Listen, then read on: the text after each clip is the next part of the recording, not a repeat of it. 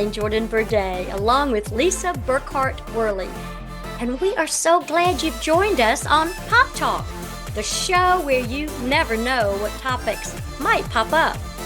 Do you sometimes feel like your life is spinning out of control? Would you like to get off that hamster wheel? Well, then today's show is for you as we interview a woman who will provide some helpful advice about how to take some of the pressure off of our lives. And Lisa has the introduction.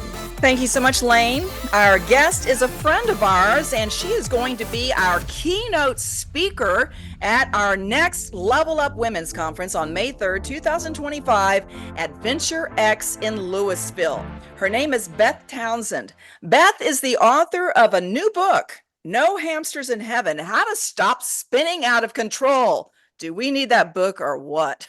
She's also the author of Life on Purpose, Many Are the Plans. That book won Best Testimonial Book at the Christian Literary Awards. She's an accomplished television host who was named Best Talk Show Host at the 2021 International Christian Film Festival and at the Content 2022 Film Festival and News Media Summit. Beth's humanitarian efforts through fostering change in race relations and in the inner city communities of her hometown, Baton Rouge, Louisiana, has earned her regional recognition. And Beth, it is just so good to have you on Pop Talk Radio. Great to see your face, even though our listeners are not going to see your face. As I remembered, we did interview you on Pop Talk Television about finding purpose. And I have read through this new book of yours called No Hamsters in Heaven, and I loved it. And I related to it so much because I am an overachiever. I'll admit it right here on Pop Talk. And I do think that this tendency has to do with my difficult family environment growing up. And you had the same thing. So can you share about your childhood and how that led you to jump on the hamster wheel? Well, yes, I don't have to say a whole lot more about my childhood than my dad was married 9 times. And he was a self-proclaimed prophet. So our religious beliefs were very, let's just say, not based in truth. So the Sunday beliefs during the week were not the same that we saw lived on the day-to-day. And so we were real confused. We wanted nothing to do with God. And it wasn't until years later that I began to think, maybe I need to go back and unpack some of that because, when I got married and had babies, I didn't want to put my baggage on them. So it was really only that point in my life that I started thinking, oh my gosh, maybe I need some counseling to understand better who I am and the things that I believe so that I can basically undo the wrong things. Does that make sense? I mean, at some point you got to do what's best for the others in your life and say, okay, who's the best me? And am I it? And if I'm not it, then what do I got to do to become that? That's right. We got to take care of ourselves. Well, when choosing activities, we can make choices that God never intended us to make. And then, of course, we overload our lives. Can you help us know how to make wiser choices? Well, now at the age that I am, I can tell you based on experience, because I've lived both lifestyles. I've lived the worldly, I'm going to make decisions based on, who's got the connections that I want in my life. And then I've also made decisions based on, real relationships. And really the only way that I have found to live, and I've lived every way you can think of, I have tried everything that's out there, is to honor God, because you can honor people all you want, but those people are going to let you down. You can get involved in groups and you can do all the things, but really the parallel of your relationship with God is going to determine the relationship with others. So if your relationship with your spouse is off, if your relationship with your kids are off, you got to go back to your relationship with God, because that's the sustenance of yourself. And if you don't go back to that, then, the rest of your relationships are going to be off. So I like to say, there's a scripture that says, let your yes be yes and your no be no. And that is a big thing for me, because a lot of people sit on fences and they're going to do this and they might do that. And the Bible even says anything beyond that is of the evil one. So I have learned that in my life, I can make a lot of yeses and I can make a lot of nos, but I'm not going to do any maybes, because now that's not to say I don't put some things on a shelf for later. A no for now doesn't mean a no forever, but it's still a clear no. So people are afraid to make decisive decisions. And I have learned that I am better if I say a big old yes or a big old no. So I'm not sitting on a fence anywhere, somewhere lost with aimless living. That's Wow. really good. Yeah, I am a yes, like your yes be yes and your no be no person. I really am. I will pray about things though, Beth, before I make my yes or my no. People get a little frustrated with that because I'm saying I've got to pray about this, but I promise you I'll get an answer and then I'll say no or then I'll say yes and I'll stick to that. And if I ever have to cancel for any reason, it just kills me because I want to be that dependable person. And it gets, I'm with you. It gets me so irritated when somebody says they'll do something and then it's like, oh, what? It's that day. I said, yeah, you committed. And so that drives me crazy. One of the interesting points that you made in your book, Beth, and I've never thought of it until I read this book, is that confinement can be a hamster wheel. I have felt really confined lately as I've been working on my doctoral paper. It's just, you have to just hole up in a house and you can't really be social. And I've been a little obsessive, I promise, about completing it. So how can confining ourselves be bad? Well, isolation is like creating your own prison. So, as a kid, because I faced so many traumatic events, I became someone who was really good at self-protection. So danger, I had the radar that if something was dangerous, then I could step back from that, and I could isolate and just stay home to be safe. And that becomes a prison. And I know that because I've done that. Because if you want to stay safe, and if you want to convince yourself that the thing to do is just back away from everybody, then you're going to create your own prison, and nobody's going to come visit you there. Nobody's going to bring you water or coffee or anything like that. I tell people all the time, if you want to be around powerful people and you want to do powerful things, then you got to go where powerful people are. You got to get out and go put yourself in situations where you might not feel like you want to say a word, but it's the proximity principle. If you want to go be fit, go get around fit people. If you want to go learn how to cook, get around people who cook. But you got to go there and you got to do the things so that you're around that type of person. If you sit home and isolate and confine yourself, even if you're busy and you have busy work to do at a computer, we all have work that requires us to sit at our desk for hours on end, but that doesn't mean we can't get outside and do other things. I want to say something really quick on that because I have really been craving social interaction, but you have to be careful, don't you, Beth, about getting involved in too many different activities. I'm really looking at what am I supposed to do? What am I supposed to get involved in? As I come to the end of my doctoral paper, I'm like, I want to be active again. I want to be with people again. So, but I have to be careful not to overcommit. Yeah. And one of the life principles that I live by, and I write about it in this book, is you have to know you're not so you can know you're not. So KNOW, you know who you're not. You have to identify that ahead of time. I mean, you have to be able to say, what are the things that you're not? And those are your really life principles, so that when those things come up, you can say NO to the nots. There's a lot more no's in my life than there are yeses, because I kind of know the framework of the direction that I'm headed.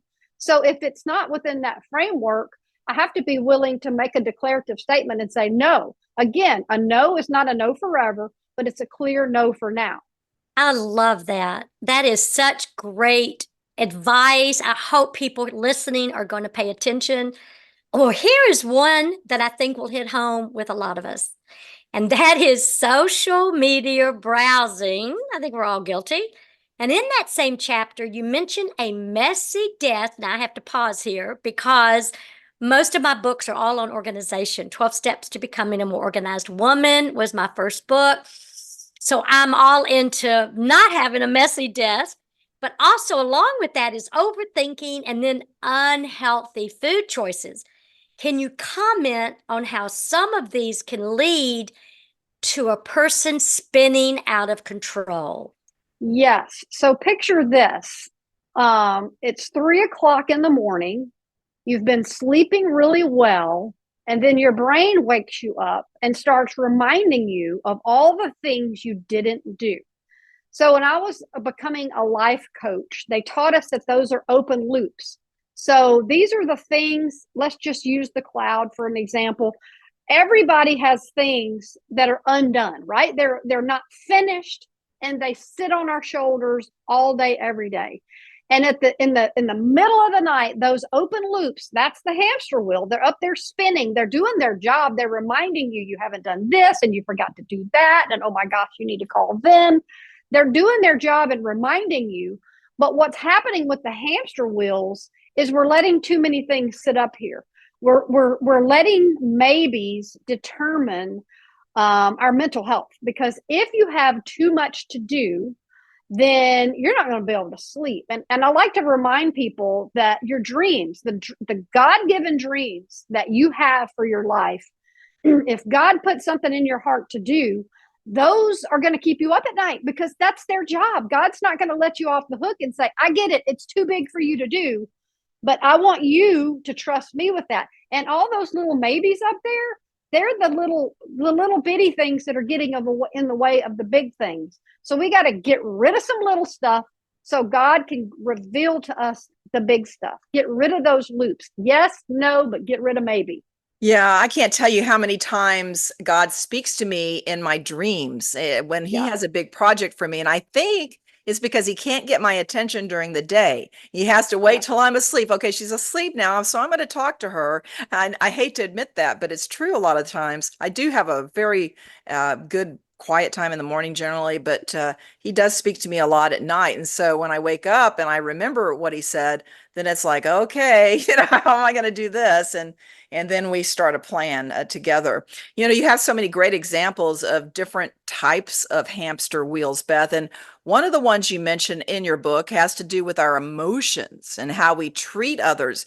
Maybe we tend to use harsh words or have fits of rage, and we rationalize it away. We say, that's just who I am. How many times have we heard that from people? Mm-hmm. How can we get off that hamster wheel? I think that we have to remember that our emotions are God-given emotions. God gives us anger. He gives us sadness. I mean, those are all emotions, but emotions are simply indicators. Let me use my husband as an example. Our personalities are very different.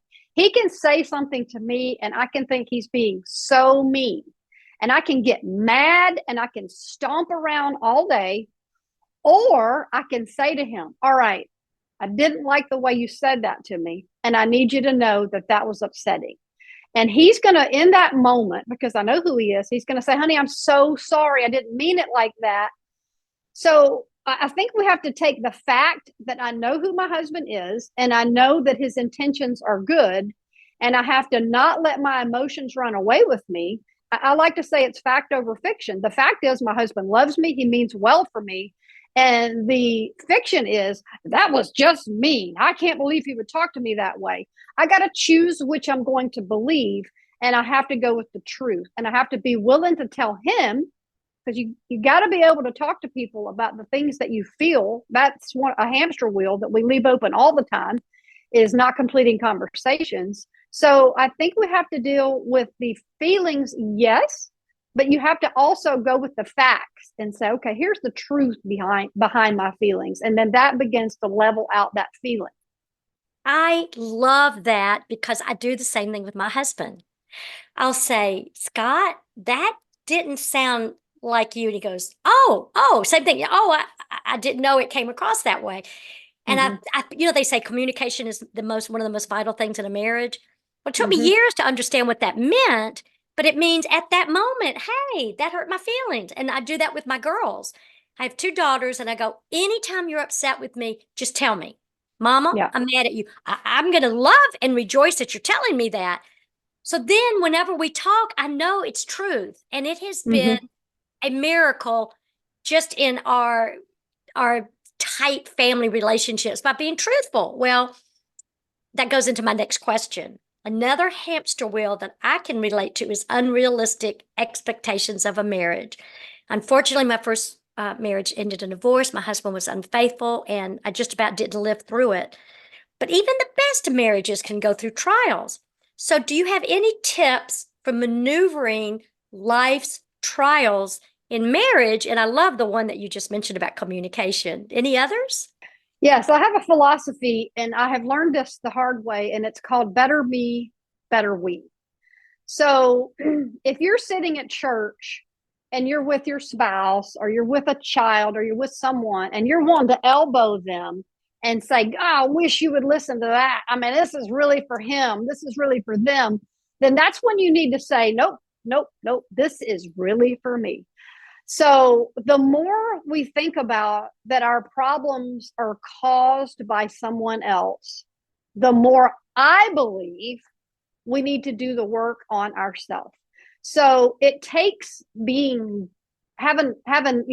not being gutless, let's just say, to be in any relationship, because relationships are hard. They require work, they require conflict, they require all these things. So if I want to have a great marriage, which I've been married 31 years, we've had our ups, we've had our downs, but I have to be a better me if I expect a better we. So the stronger I am in how I walk around the house, if I walk around like, oh, I'm so sad, or, all these things, that doesn't work for a relationship. I have to be clear in who I am. I have to be clear in what is expected of our relationship between us.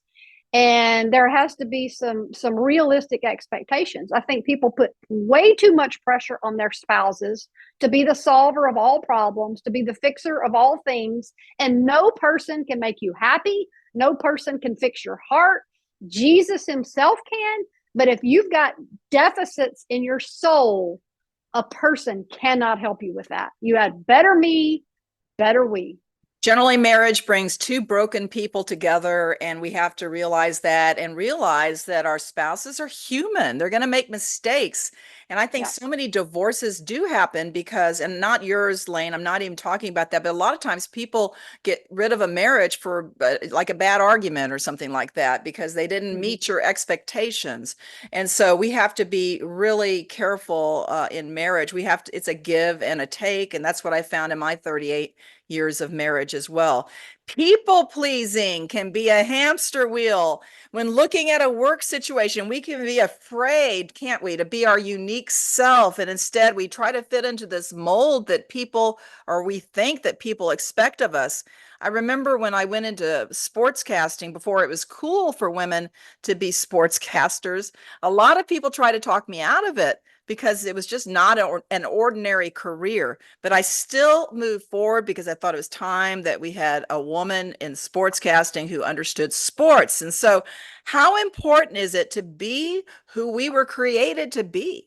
So this is so important. That is the superpower of all superpowers. That right there is so incredibly important. So because I was raised by a single mom and I'm the fifth, so by the time I got when I graduated high school, my mom's life, she was on her third marriage, it all fell apart. So in a nutshell, I was on my own at 17, completely 100%, car, house, all the things. So I tripped over myself several times, but I went to work, and I went to work because I had to go to work. I didn't have a plan B. I didn't have somebody else's house to go to. So I went to work, but I sat back for about 2 years and just soaked it in. So, and then I began to make comments and suggestions based on an educated opinion of what we could do to solve problems within the company that I worked for. I think that people are so quick to speak and people are so quick to just ramble and ramble. I think that is, we have a lot of people with a lot of opinions, and that's a good thing. But I mean, I have found that it's best for me to stick with things I know about and to talk about things I'm comfortable talking about, and staying with that, because I know who I am, and because I know who I'm not, I know the things that I can't talk about. I'm not going to engage in a political discussion because I'm not going to do the homework. I know who I'm going to vote for. I know what issues are valuable to me. I don't need to dig into the deep for that. I don't really get into a lot of conversations about things I don't know about. So I stick with who I am and what I know. And when I hear topics that I don't know, I'm willing to go dig and engage in that. But first, I'm gonna learn what it is. Oh my goodness, I love that, Beth. I love that. More people need to sit back and, well, James in the book of James says we need to be slow to speak and quick to listen. And Mm-hmm. I'm, well, first, I just have to say I'm so impressed at 17. I didn't even know who I was at 17, and I had strong parents and sent me to college. So God bless your heart. God has really Yeah. been with you. So this is another one that I love. So many of us say, you know what? I'll be happy when X, Y, Z are happen. So we are constantly looking for happiness instead of just enjoying where God has us at this time in our lives. So, how is discontent a hamster wheel? Well, it just it grips onto us, and it just keeps us from being able to be content. Contentment, even Paul says it. I have learned to be content in all situations. The key word there is learned. He probably didn't like it. We don't have to like everything, but we have to learn that the situations that God allows us to be put in, He's got us in there for a reason. So I can remember thinking, oh, I'll be happy when I get married. And then I get married and I realize, this ain't easy. I'll be happy when I have kids. Okay, so that was great. I'm so happy, but it's not easy. So most of the things that you say I'll be happy when you get to the when, you're like, man, I should have been happy then. And, we just need to realize the power of right now. And we need to realize the power of the decisions that we make. We have to make decisions that lead to where we want to go. But we've got to enjoy the journey of getting to where we're going while we're on the way. I actually pray to be content because I know sometimes I have a tendency to always I'm futuristic on my strength Mm-hmm. finders, and so I'm always thinking in the future. And so sometimes when you think too much in the future, you're not necessarily content with where you're at. So I actually have to pray about that. And I took another test, another kind of self-evaluation, and I was low in gratitude, and I was really shocked by that. But I think it's the same thing. It's because you're always achieving, you're on the hamster wheel, you're always trying to do something greater, something more, something to improve the world. And so then you forget to just stay in the moment and be content. I really like this one because so many of us are guilty of not facing the truth about ourselves. What did Paul talk about? He said, I boast in my weakness, right? You use the example of joining an adult tennis league. Hey, I read your book. And they thought you were a ringer because you played high school tennis, but that did not turn out to be the case. I laughed when I read this. I had the same experience. I was a pretty good athlete, but it did not necessarily translate to tennis. Why is it important to be honest about our strengths and our weaknesses? Well, because none of us have arrived, so to speak. We're all. This morning, I was out running, and I ran into an 88-year-old man, and we stopped and we talked, and I learned in 15 minutes what it takes to get to 88, happy, strong, mentally, physically. He shared with me this morning just some nuggets of truth that I thought, man, this man is 88 years old. I think that we've got to constantly be, my son says this to me all the time, and he's 27 years old. Mom, the truth hurts. The truth really hurts. And he's finally at the point in his life where he says, Mom and Dad, thank you for not telling me just what I want to hear, but for telling me what I need to hear. So, I like to ask the question, who do you know in your life that can know you? Who can tell you, no? I can tell my husband, no. He can tell me no. He can see when I'm headed in okay, Beth, you're getting out there. And I can tell him the same thing. You have to be willing to let others speak to you and say, okay, I don't get that. And at the same time, you have to be willing to face truths. I have to be willing to say, okay, this environment is not great for me. This relationship is not good for me. This situation over here that I've been trying to chase after for years is not working out for me. You got to really face truths, personal truths, and you got to get gut level with yourself. And you can't live a gutless life. So I think it's just being willing to say, okay, here's where I need to grow because that's where I need to go. Thank you, Beth. I love that. And thank you so much for spending some time with us on Pop Talk. I cannot tell you how much I loved your weekly devotional that you wrote called No Hamsters in Heaven, How to Stop Spinning Out of Control. And today I feel like I've learned even more about you. You've taught me so much, and you have been through a lot in your life. But you know what? You are a survivor who has learned how to stay off the hamster wheel.